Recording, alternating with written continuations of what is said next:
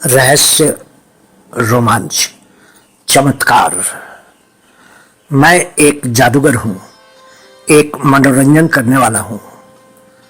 मैं आज रात अपनी आखिरी जादूगरी प्रस्तुत करने वाला हूं, किसी असंभव को प्राप्त करने के लिए।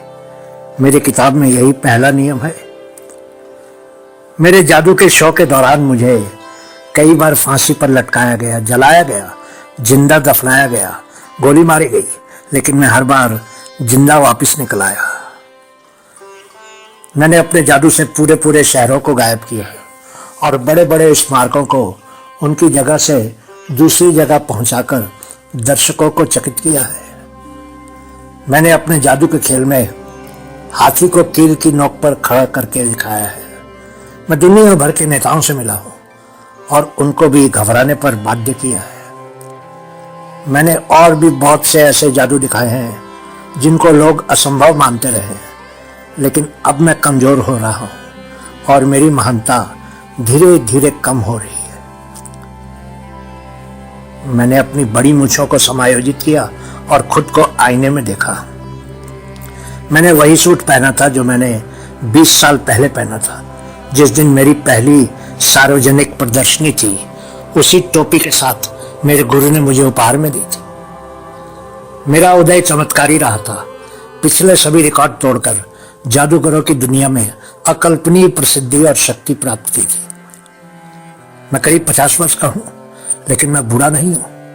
लेकिन अब मेरा शरीर पहले जैसा नहीं है। अब मेरे कई जादू फेल हो जाते हैं, क्योंकि मैं अब उतना फुर्तीला नहीं हूं जितना मैं हुआ करता था। मुझे कोई आपत्ति नहीं होती अगर मेरी पत्नी ने तलाक के कागजात दाखिल नहीं किए होते और मेरे प्रायोजकों ने मुझे छोड़ने का फैसला नहीं किया होता। मैं मैदान के लिए निकला। मेरे नाम की तख्तियां लहराते हुए कुछ कट्टर प्रशंसक थे और कुछ ऐसे भी थे जिनके पास सप्ताहांत बिताने का इससे बेहतर तरीका नहीं था। उस दिन पहले जैसी भीड़ नहीं थी जैसे कि उस समय होती थी जब मैं शिखर पर था और मेरा जादू लोगों के सर चढ़कर बोलता था।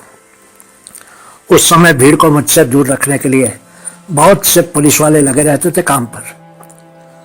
मैंने बाहर आकर प्रशंसकों की तरफ देखकर हाथ हिलाया और चेहरे पर एक मुस्कान लाने की कोशिश की। मैंने उस तोप की तरफ देखा जो मैदान में थी। वो तोप मेरे आखिरी खेल का यंत्र के रूप में याद की जाने वाली थी। लोग उस तोप को किसी संग्रहालय में रखने वाले थे। उस खेल के बाद मैंने उस तोप के लोहे को छूकर देखा। बहुत ही ठंडी थी। मैं वो आखिरी खेल ख्याति और शक्ति के लिए नहीं दिखाने जा रहा था। मैं अपने अहम के साथ भी नहीं खेल रहा था। नाम और ख्याति तो मैंने जीवन में बहुत पाए थे। इतना नाम पैसा कमाने के बाद भी मैं उन दिनों को नहीं भूला था जब 2 वक्त की रोटी का जुगाड़ करना भी कठिन होता था। हाँ, मैं समय की बहती हुई रेत के साथ बहकर लोगों के द्वारा भुला दिया जाना नहीं चाहता था।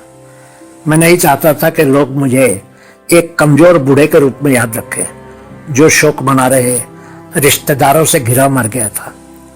नहीं, मैं चाहता था कि लोग मुझे दुनिया के सबसे महान जादूगर के रूप में याद रखें जो एक ऐसा खेल दिखाते हुए मर गया था जो असंभव था। मैं ऐसे जादूगर के रूप में मरना चाहता था जो अपने आखिरी खेल में एक चमत्कार कर गया था। मैं चाहता था कि मेरे बाद हर अखबार में मेरे खेल या जादू दिखाते हुए तस्वीरें हों और मेरी विशेषताओं के बारे में लिखें। शायद मैं गलत था। शायद सच में वो मेरा अहंकार था जिसके लिए मैं वो चमत्कार करना चाहता था।